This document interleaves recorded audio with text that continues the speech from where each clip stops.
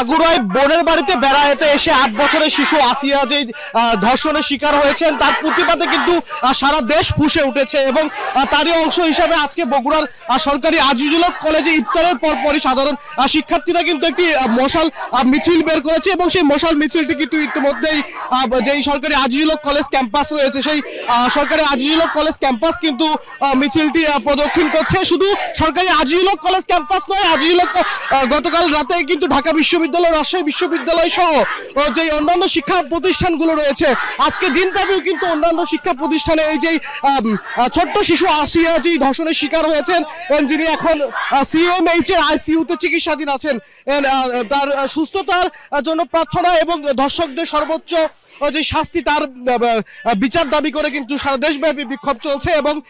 আজকে যেমনটি বলছিলাম যে সরকারি আজিজুল হক কলেজেও কিন্তু সাধারণ শিক্ষার্থীরা ইফতারের পরপরই তাদের যে বিক্ষোভ মিছিল সেটি কলেজের যেই পতাকা স্ট্যান্ড রয়েছে সেখান থেকে কিন্তু শুরু করেছে এবং এই যেই